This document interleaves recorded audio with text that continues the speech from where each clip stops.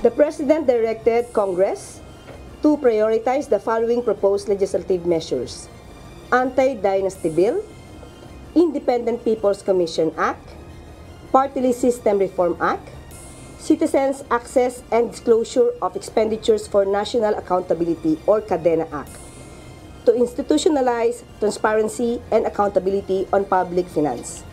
Matapos mapuna dahil sa umunoy kawalan na ng interes, inatasan na ni Pangulong Ferdinand Marcos Jr. ang mataas at mababang kapulungan ng Kongreso na gawing prioridad ang pagpasa sa Independent People's Commission Act. Kabilang ito sa tinalakay sa naganap na Legislative Executive Development Advisory Council o LEDAC meeting kung saan kasama ng Pangulo ang liderato ng Senado at Kamara sa Malacanang kanina. Ang IPC Bill ang inaasahang magiging mas malakas ang kapangyarihan sa Independent Commission for Infrastructure na nag-iimbestiga sa mga sangkot sa flood control mess at iba pang anomalya. Tiniyak naman ni House Deputy Speaker Ronaldo Puno na nanatiling prioridad ng Kamara ang pagpasa sa mga panukalang batas para palakasin ang Independent Commission for Infrastructure. Anything that's going to help solve the problem of corruption and restore the faith of our people is a priority of Speaker Bojidi. Nakukulangan naman ang ilang miyembro ng minority bloc sa pronouncement ng Malacanang kaugnay ng IPC o ICAIC Bill at Anti-Political Dynasty Bill. Dapat sagad-sagaran na lang sana. What do I mean by that?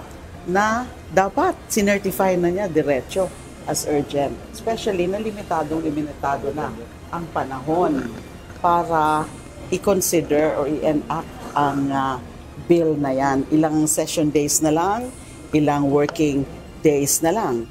They should have done that a long time ago. Sabi nga natin, yung politikong gipit sa pangakong reforma kumakapit. Sa dulo, hanggat wala siyang action para sa your word is good, but we need actual action. Una na ring sinabi ni Senate President Vicente Sotto III na isusulong nila ang panukala at tatalakayin sa tamang panahon. Bukod sa IPC Bill, kasama sa priority bills ni PBBM ang Anti-Dynasty Bill, Party List System Reform Act at Citizens Access and Disclosure of Expenditures for National Accountability o CADENA Act. Pangunahing layunin ng Anti-Political Dynasty Bill na ipagbawal o limitahan ang sabayang paghawak ng posisyon sa gobyerno ng mga miyembro ng iisang pamilya. Ilang grupo na rin ang sumubok na magpasa ng isang Anti-Political Dynasty Bill sa Kongreso, ngunit hanggang ngayon ay wala pa ring nakakapasa.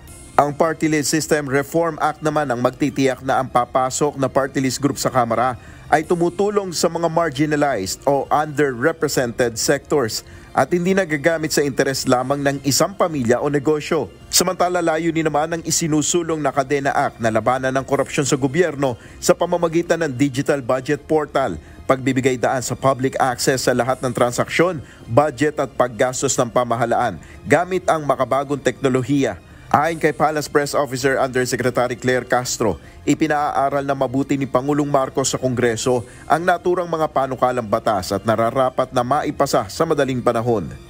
In a LEDAC meeting this morning, the President also instructed both houses to take a closer look at the 4 bills and prioritize the passage as soon as possible. Tiniyak naman ng LEDAC kay Pangulong Marcos na hindi maaantala ang pagpapasa ng 2026 budget upang hindi magkaroon ng reenacted budget.